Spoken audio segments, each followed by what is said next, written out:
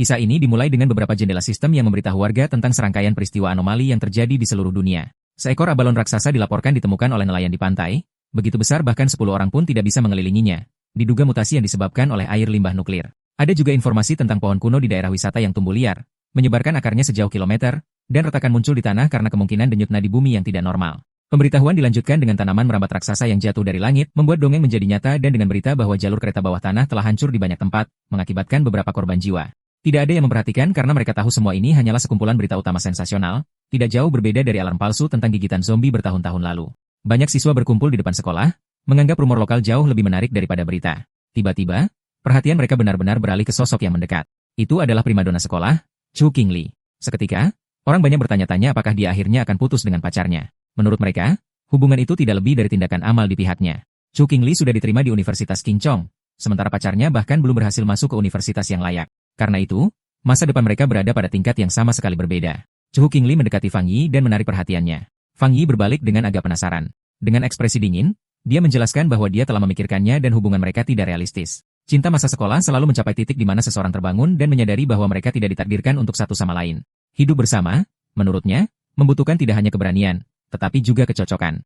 Untuk semua alasan ini, yang terbaik adalah mengakhiri semuanya. Dia berpikir dengan jijik bahwa apapun yang dia coba untuk memenangkannya kembali, itu tidak mungkin. Fang Yi tetap diam, dan menyadari hal ini, orang-orang mengira kurangnya reaksinya adalah karena dia sangat terkejut sehingga dia pingsan atau kehilangan akal sehatnya. Lagi pula, dia adalah primadona sekolah.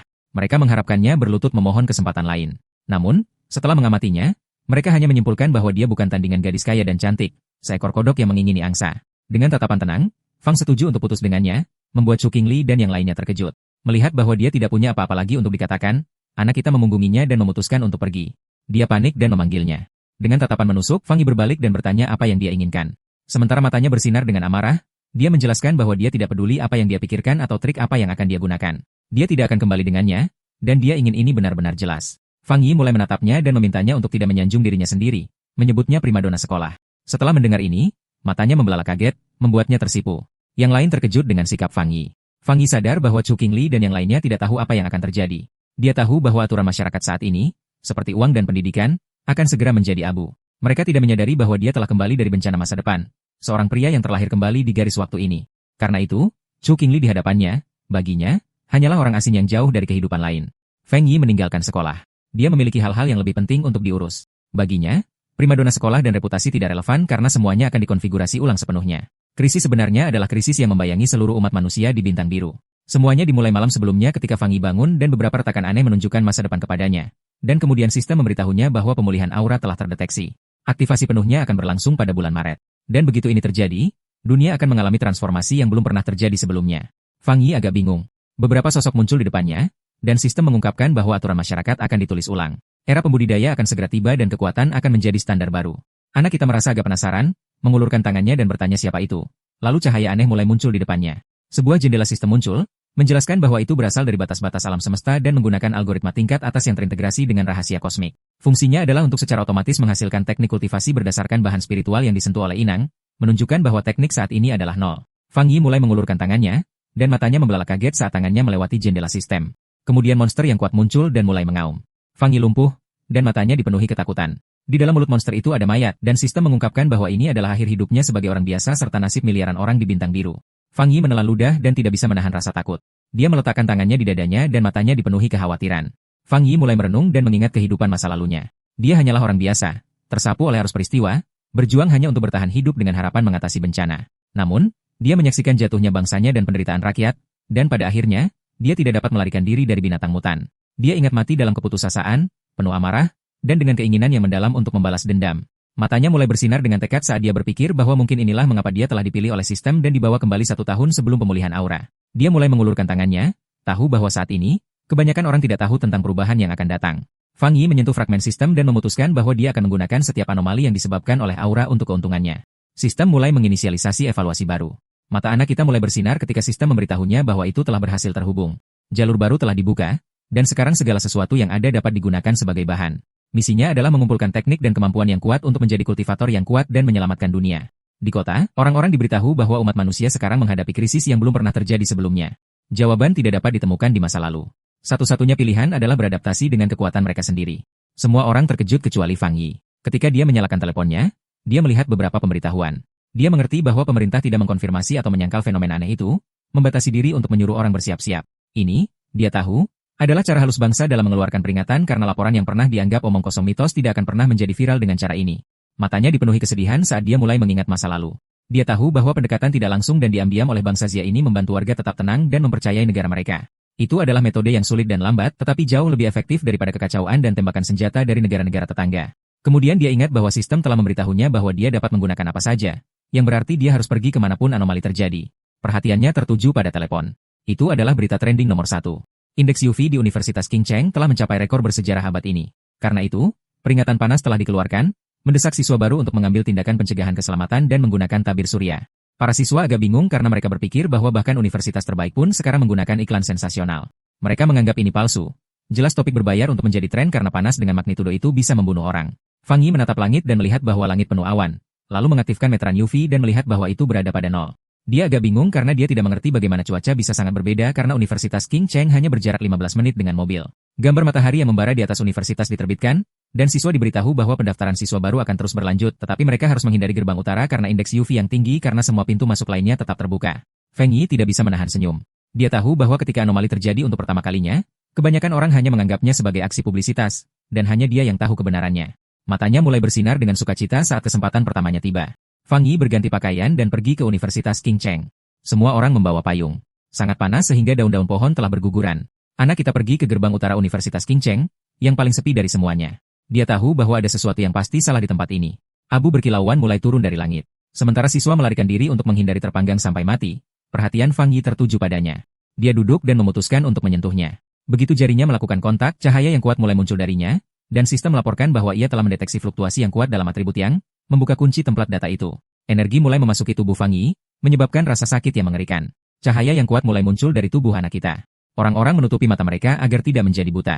Mereka tidak tahu apa yang terjadi dan mengira mereka berhalusinasi. Energi itu mulai membakar pakaian Fang Yi, membuatnya mengatupkan giginya erat-erat. Dia meletakkan tangannya di atas kepalanya dan mulai menjadi gila. Tidak tahu apakah sistem telah selesai menyusun. Dia merasa seperti akan mati. Kompilasi selesai, dan Fang Yi memperoleh teknik atribut yang, teknik pernapasan matahari keemasan. Kemudian, ini adalah hari bagi siswa baru untuk mendaftar di Universitas King Cheng. Mantan pacar karakter utama kita tiba di area pendaftaran. Seorang pria menawarkan untuk membawakan kopernya untuknya. Segera, lebih banyak pria datang untuk mencoba dan mendapatkan perhatiannya, tetapi dia menolak mereka semua, mengatakan kepada mereka bahwa dia tidak membutuhkan bantuan mereka. Dia melihat ke arah pasangan di dekatnya dengan cibiran, tetapi kemudian cahaya keemasan terang berkedip, mengejutkannya dan siswa lain. Sebuah suara di pengeras suara menyuruh semua orang untuk menjauh dari gerbang utara. Gadis itu terlihat serius dan memutuskan untuk pergi melihat apa yang terjadi. Di gerbang utara, ledakan energi keemasan yang besar menerangi area tersebut. Sosok gelap muncul dari asap, memberikan perasaan yang kuat. Dia menarik napas dalam-dalam dan matanya bersinar dengan cahaya keemasan yang kuat. Sebuah layar muncul yang memberitahunya bahwa dia telah menciptakan teknik baru dan mendapatkan 50 poin. Pria itu melihat ke layar dan bertanya-tanya untuk apa poin itu. Dia memutuskan itu tidak penting sekarang, tetapi mungkin akan berguna nanti. Waktu berlalu, dan sekarang malam dengan bulan yang tampak aneh di langit. Pemuda itu kemudian mulai berlatih teknik pernapasan barunya. Keesokan harinya, matahari yang cerah berada di langit, dan energi baru menyebar ke seluruh universitas. Beberapa siswa melihat langit menjadi gelap dan dingin sesaat saat mereka berlari ke gerbang utara. Kerumunan besar berkumpul di sana untuk melihat apa yang terjadi. Dekan universitas marah dan bertanya mengapa tidak ada yang mendengarkan peringatan untuk menjauh. Kelompok itu mendorong melewati kerumunan, yang menyingkir untuk mereka saat mereka pergi ke pusat dari semuanya. Seseorang berkerudung dengan tatapan serius menyuruh dekan untuk memblokir gerbang utara sepenuhnya. Pada saat itu, sebuah sistem memberitahu Fang Yi bahwa dia telah membersihkan area yang tercemar. Dia mengetahui bahwa pemerintah sudah tahu tentang area ini dan bertanya-tanya apakah ada orang lain seperti dia. Mendengar peringatan tentang orang-orang yang tidak diizinkan di area tersebut, pemuda itu tahu bahwa situasinya menjadi serius. Para siswa melihat orang-orang berseragam dan bertanya-tanya apakah mereka dari tentara. Dari atap, Fang Yi melihat bahwa gangguan itu mendapat banyak perhatian. Dengan mata merahnya yang bersinar, dia memutuskan sudah waktunya untuk pergi dan melompat dari gedung. Di bawah, orang misterius berkerudung berjalan melintasi tanah, yang retak karena energi. Sosok berkerudung itu melihat dengan hati-hati ke tempat kejadian. Orang ini berlutut dan menyentuh tanah untuk merasakan energi yang tersisa. Kemudian dia mengambil sepotong tanah untuk melihat lebih dekat apa yang terjadi. Sosok berkerudung itu mempelajarinya dan menyadari bahwa seseorang menyebabkan energi itu. Tepat pada saat itu, para pejabat mulai memindahkan para siswa keluar sementara orang berkerudung itu mengawasi dari jauh. Di tengah kerumunan, mantan pacar pria itu terkejut mendengar bahwa hanya satu orang yang melakukan ini. Pada saat itu, dia melihat sesosok tubuh melompat pergi dan bertanya-tanya apakah itu mantannya. Tetapi dia dengan cepat menepis pikiran itu. Dengan nilainya, dia tidak akan pernah bisa masuk sekolah ini. Jauh di rumah Fang Yi, matahari terbenam dan malam tiba. Berbaring di tempat tidurnya, pemuda itu mengeluh bahwa tubuhnya masih panas bahkan setelah mandi air dingin. Karena panasnya, dia takut dia tidak akan bisa tidur. Dia juga khawatir bahwa karena apa yang terjadi hari ini, seseorang mungkin telah memperhatikannya. Dia kemudian mengambil ponselnya dan melihat berita populer tentang asosiasi kultivasi. Pemuda itu ingat bahwa semua orang dulu menganggapnya hanya lelucon di internet. Tepat pada saat itu, dia ingat orang-orang berkerudung di universitas dan berpikir mereka pasti dari asosiasi. Karena penasaran, dia membuka berita itu untuk membaca seluruh artikel. Dijelaskan berbagai tingkat kultivasi dari tindakan hantu hingga transendensi total. Di kolom komentar, orang-orang menganggapnya lelucon, tetapi dia bertanya-tanya apakah pengumuman itu nyata. Fang Yi berpikir tentang bagaimana dia tidak pernah tahu semua ini di kehidupan masa lalunya sebagai orang normal. Duduk di tempat tidurnya, dia berpikir tentang asosiasi kultivasi dan memutuskan untuk mencoba tekniknya lagi. Dia memejamkan mata dan fokus untuk memulai pelatihannya. Pada saat itu, dia mulai berkeringat saat energi keemasan yang kuat mengalir di sekelilingnya. Dia mulai melayang di kamarnya yang dikelilingi oleh cahaya keemasan yang terang. Cahaya menyinarinya. Langkah pertama adalah memperkuat tubuhnya untuk menahan kekuatan langit dan bumi. Dia berhasil mengendalikan energi dan membentuknya menjadi kapak ilahi. Matanya bersinar terang, dan dia tersenyum, merasa penuh kekuatan. Sistem memberitahunya bahwa dia telah mencapai level Do Choice dan memberinya 50 poin lagi. Pria itu ingat poin-poin itu dan membaca layar, yang mengatakan bahwa jalur baru sekarang terbuka. Sistem menjelaskan bahwa poin dapat digunakan untuk memasukkan data yang dikompilasi ke dalam objek apapun.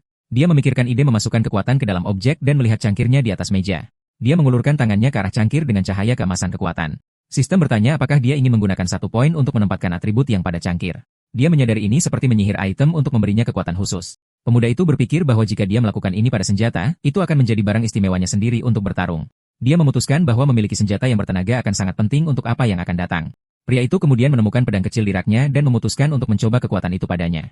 Dia berpikir bahwa jika tes itu berhasil, dia akan membeli senjata sungguhan untuk siap menghadapi monster. Tiba-tiba, suara aneh dari luar gedung menarik perhatiannya di tengah malam. Di luar, makhluk gelap dengan cakar besar sedang mengawasi apartemen Fang Yi. Dengan mata merah menyala, makhluk aneh itu menunjukkan giginya yang tajam dalam kegelapan. Itu terlihat seperti kelinci iblis raksasa dan bersiap untuk menyerang gedung. Tetapi di dalam apartemen, pria itu tidak tahu bahwa bahaya akan datang. Berbaring di tempat tidur, pria itu merasa tidak nyaman karena teknik kultivasi barunya. Dengan mata merahnya, dia bertanya-tanya dari mana suara itu, yang seperti tikus, berasal. Dia berpikir suara itu bukan dari dalam atau dari pipa, dan mungkin itu hewan peliharaan tetangga. Berjalan melalui ruang tamu, dia berpikir bahwa dengan pendengarannya yang lebih baik, adalah normal untuk mendengar tetangga. Kemudian pria itu memfokuskan pendengarannya untuk mendengarkan lebih hati-hati suara aneh itu, tetapi dia segera menyadari ada sesuatu yang salah dan menjadi waspada. Fang Yi pergi ke pintu dan berhadapan muka dengan makhluk menakutkan tepat di sana di lorong gelap. Di lorong, makhluk aneh dengan mata merah muncul dan memelototinya, siap menyerang.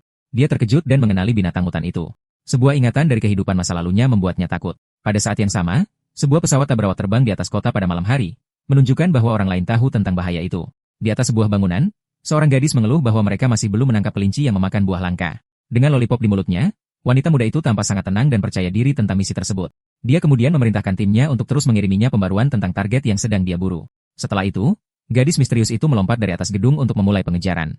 Jatuh sangat cepat, dia bergerak dengan mudah di antara gedung-gedung kota yang besar. Tiba-tiba, wanita muda itu merasakan kekuatan binatang hutan itu dan menyadari bahwa dia semakin dekat dengannya. Dengan mata yang bersinar, dia akhirnya menemukan makhluk itu dan bersiap untuk bertarung. Pemburu misterius itu mendarat dengan keras di atap, bergerak dengan keterampilan yang luar biasa. Berlari menuruni sisi gedung, dia mendapat perintah untuk mengejar target apapun yang terjadi.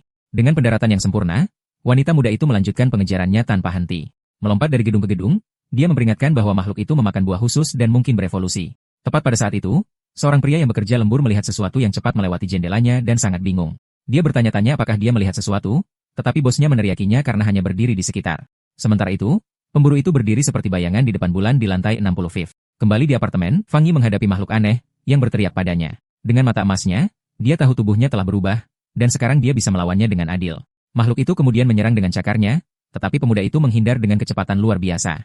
Fang Yi berpikir bahwa tubuhnya benar-benar telah berubah, dan sekarang dia dapat melihat serangan dalam gerakan lambat. Dengan energi matahari di tangannya, dia bertanya-tanya mengapa binatang buas yang bermutasi ada di sini begitu cepat. Dia kemudian mengingat hal-hal dari kehidupan masa lalunya dan menghadapi monster itu. Pria itu tahu makhluk itu belum sepenuhnya berevolusi, dan kesatria itu membuatnya lebih kuat dan lebih marah. Jadi dia bergegas maju untuk menyerang karena dia harus menghentikannya atau semua orang di gedung itu akan mati. Fang Yi berhasil meraih makhluk itu dengan tangannya yang penuh energi. Dengan kekuatan yang mengejutkan, pria itu menggigit makhluk aneh itu tanpa rasa takut. Dia memegang monster itu dengan erat dan mata emasnya bersinar dengan tatapan fokus dingin.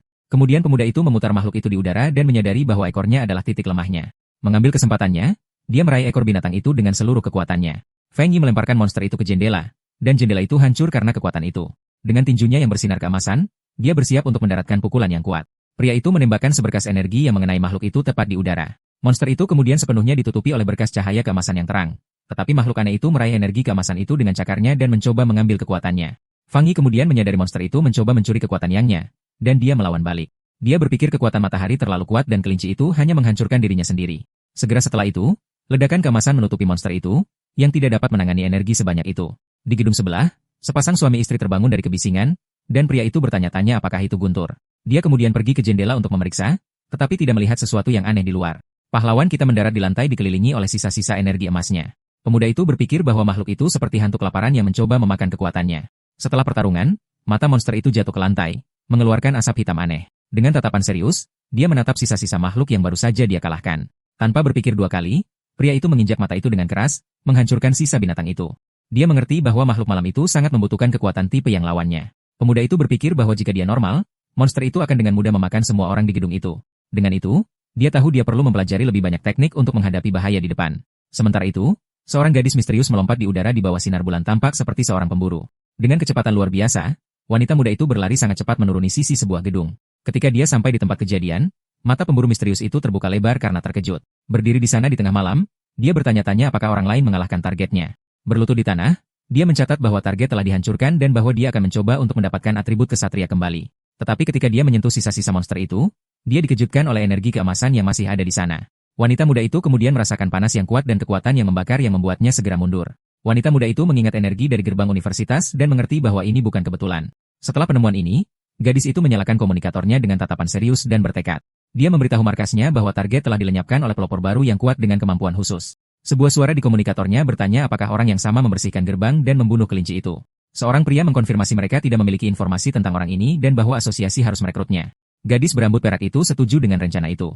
Dia kemudian dengan hati-hati memasukkan api kecil energi itu ke dalam wadah di pakaiannya. Bosnya menyuruhnya untuk menghentikan misi lainnya dan fokus untuk menemukan pelopor baru itu. Saat itu, pemburu misterius itu dengan tenang membuka bungkus lollipop yang dipegangnya. Wanita muda itu memasukkan permen ke dalam mulutnya dan mengatakan dia mengerti perintah baru itu dengan sempurna. Tetapi sebelum dia memulai misi, gadis itu mengatakan dia pertama-tama perlu mendapatkan teh susu untuk bersantai. Sebuah suara di komunikator bertanya-tanya siapa orang misterius dengan kekuatan sebesar itu. Wanita muda itu setuju bahwa presiden benar dan bahwa dia perlu bertemu dengan master yang kuat ini. Hari Feng Yi dimulai dengan matahari terbit. Dia meregangkan tubuh, siap untuk berlatih. Dia tahu bangun pagi baik untuk kekuatannya, jadi dia bersiap untuk sesi lain.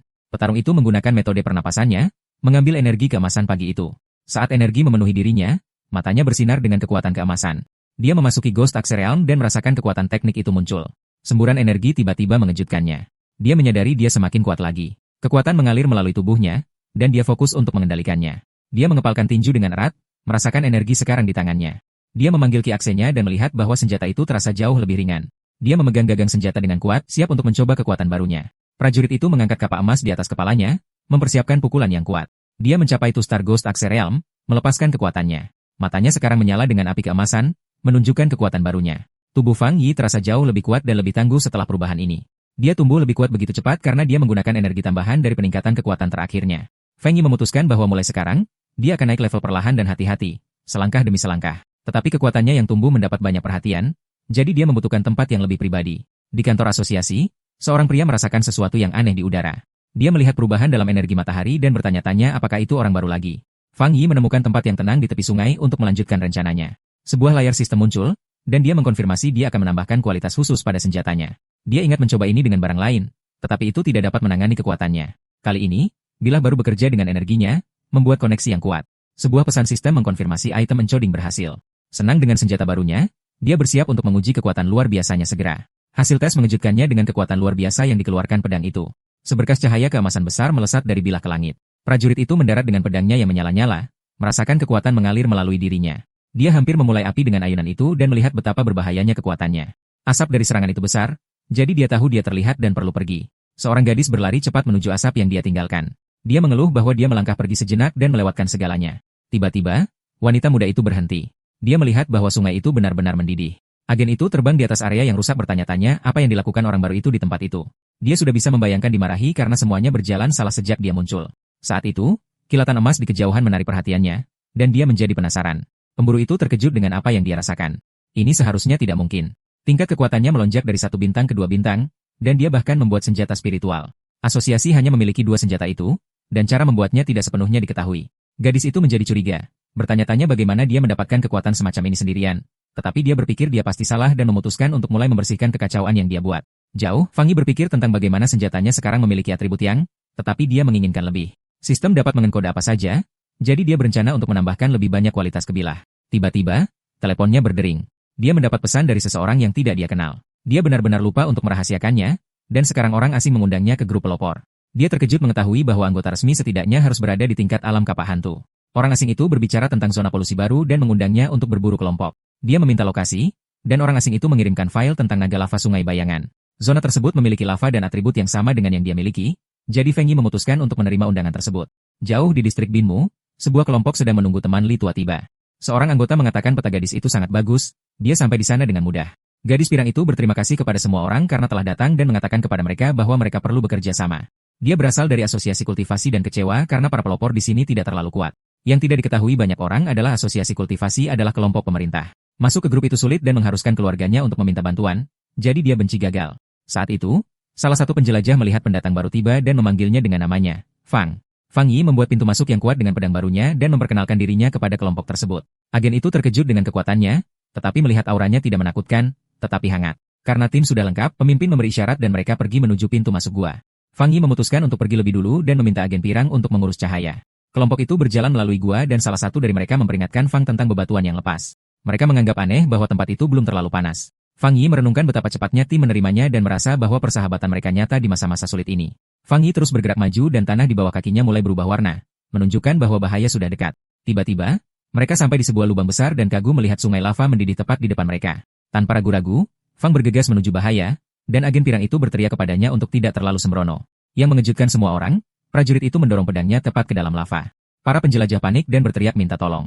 Ledakan api melemparkan tim ke belakang, dan sistem Fang Yi mendeteksi masalah di seluruh dunia dan mulai menganalisis informasi tersebut. Saat dia menusukkan pedangnya ke dalam lava, sistem Fang Yi menganalisis anomali tersebut, mengungkap kekuatan baru, api batin dengan suhu internal yang sangat tinggi dan sifat eksplosif, dan teknik pedang api merah, yang melepaskan kekuatannya saat bilahnya ditarik, melapisi dengan api dan petir. Dengan tekad, Fang Yi menggenggam pedangnya.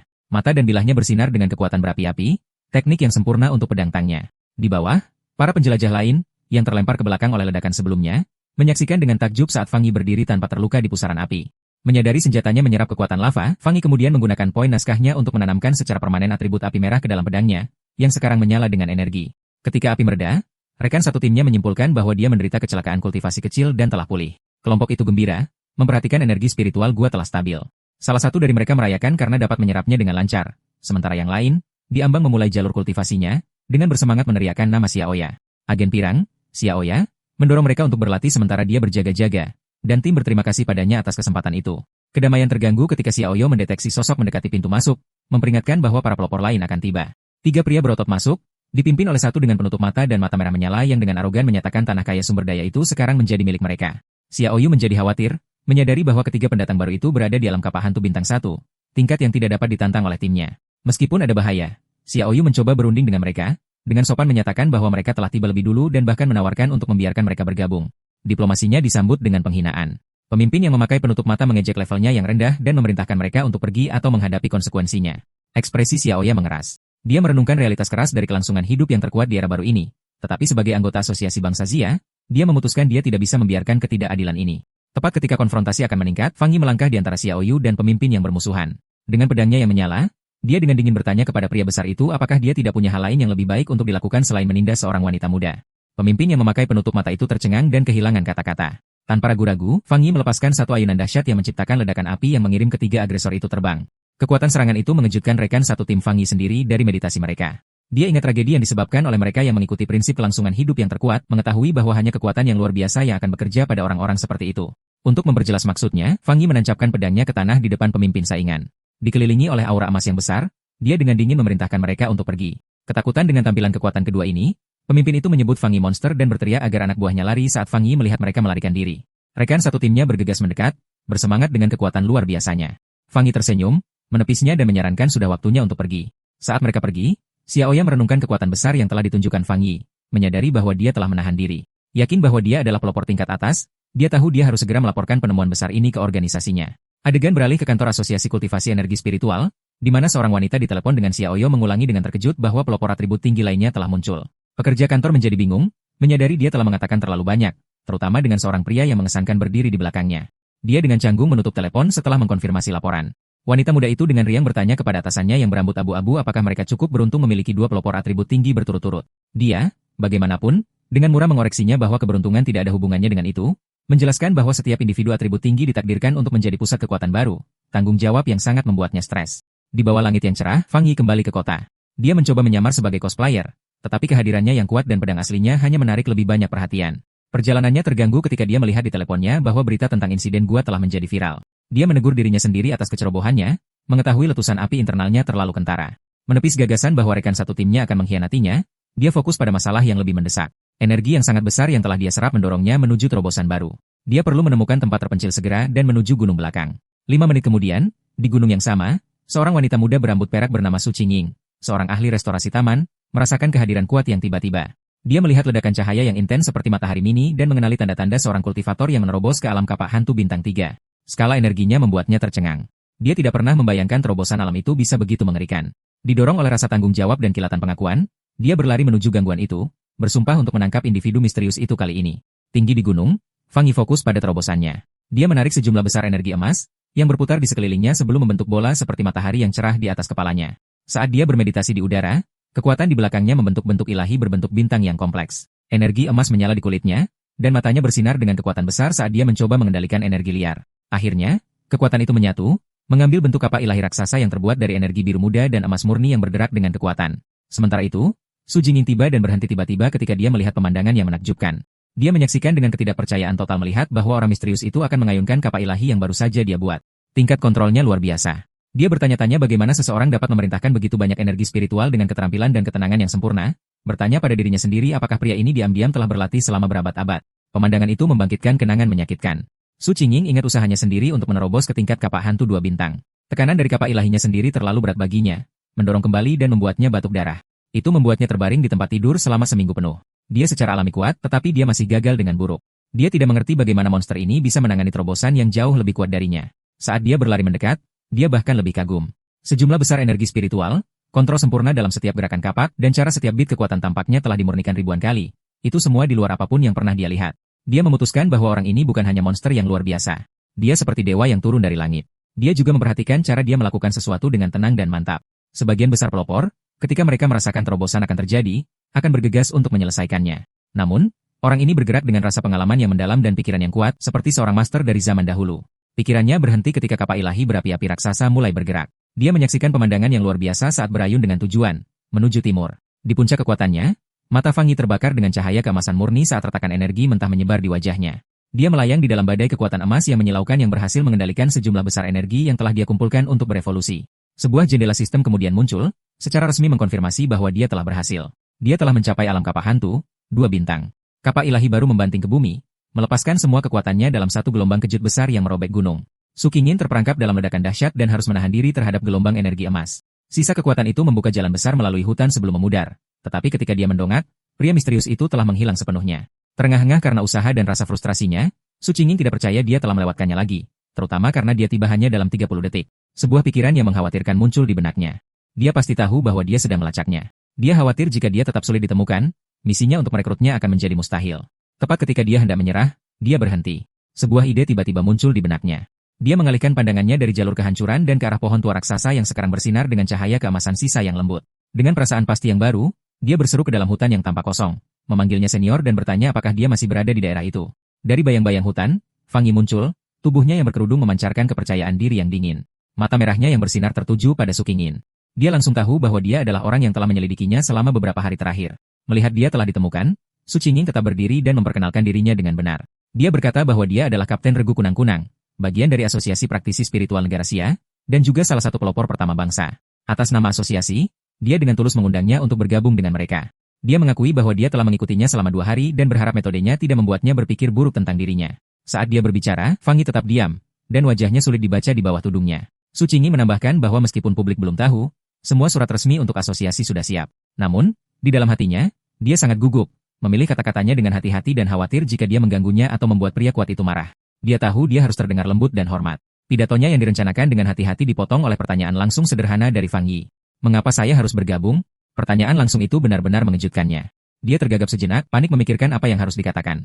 Dia dengan cepat menyadari bahwa kata-kata manis kosong tidak akan berguna melawan seseorang yang begitu pintar. Kebenaran adalah satu-satunya pilihannya. Menenangkan diri, dia menjelaskan untuk apa asosiasi itu.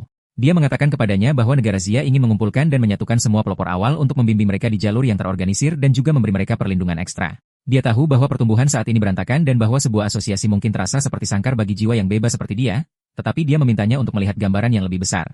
Kembalinya energi spiritual yang besar akan datang, dan mereka semua perlu berdiri bersama untuk menghadapi musuh masa depan yang tidak diketahui. Setelah mendengarkan pidatonya yang bersemangat, Fang Yi bersandar dengan santai di pohon tanpa lelah dan tidak tertarik. Dia mengatakan kepadanya dengan jelas bahwa dia tidak bersedia bergabung. Dia menjelaskan bahwa untuk saat ini, dia masih tidak bisa sepenuhnya mempercayai dia atau asosiasi yang dia wakili. Su Qingning benar-benar terpana dan kehilangan kata-kata karena penolakannya yang langsung. Matanya membelalak karena terkejut. Menghadapi penolakannya, Su Qingning menjadi putus asa. Dia dengan cepat mengeluarkan kartu identitasnya dari jaketnya. Sambil mengangkatnya agar dia bisa melihat, dia dengan cepat memperkenalkan dirinya lagi sebagai Su Qingning dan menyebutkan bahwa dia dulunya adalah seorang atlet terkenal sebelum energi spiritual kembali. Dia memohon padanya untuk mempercayainya, berharap identitas publiknya akan memberinya alasan untuk mempercayainya. Fang Yi berhenti dan memikirkan kata-katanya.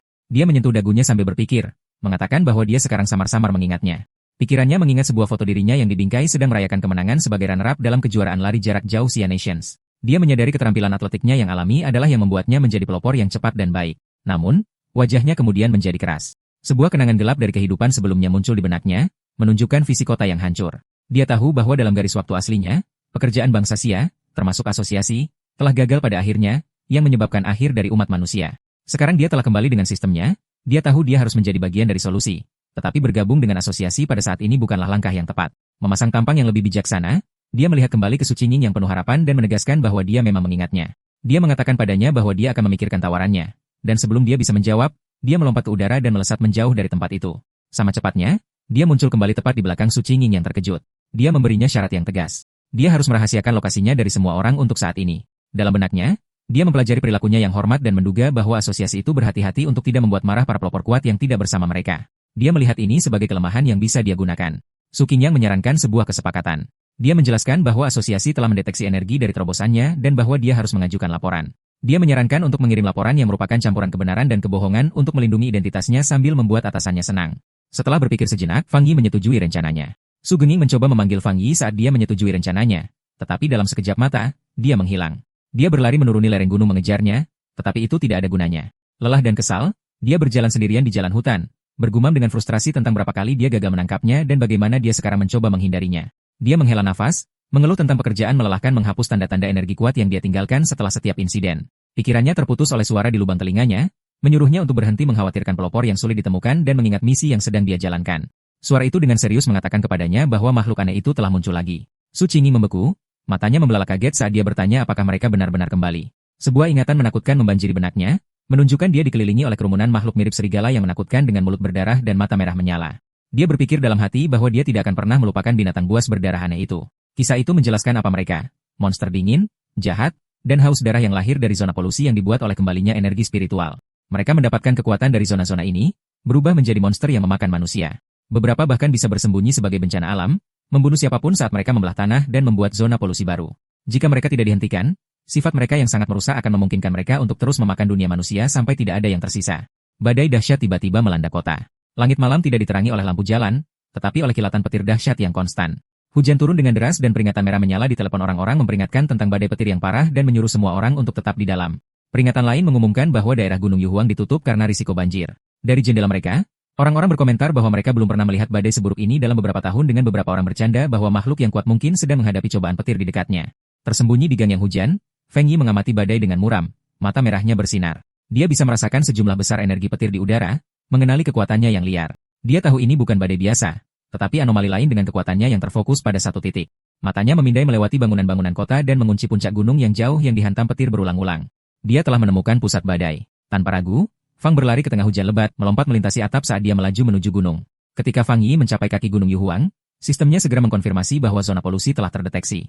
Dia mendongak ke puncak, tetapi alih-alih keindahan biasanya, dia melihat pemandangan suram dengan sisa-sisa kerangka yang berserakan di antara pohon-pohon yang bengkok. Pemberitahuan sistem lain menambahkan bahaya, menyatakan tingkat polusi tidak diketahui. Tetap saja, Feng Yi bergerak maju tanpa ragu, berjalan ke hutan gelap yang berbadai dengan tatapan tekad. Saat dia semakin dekat ke pusat badai, dia melihat sambaran petir biru besar menghantam puncak gunung, menerangi seluruh area. Dia telah menemukan targetnya. Di dalam pusat komando asosiasi praktisi spiritual, para pejabat mengadakan pertemuan tegang. Sebuah layar besar menunjukkan pusaran energi biru di atas puncak gunung. Seorang pejabat melaporkan bahwa bahaya di Gunung Yuhuang meningkat dengan cepat, jadi mereka harus menutupnya dan menyebutnya zona kontaminasi baru.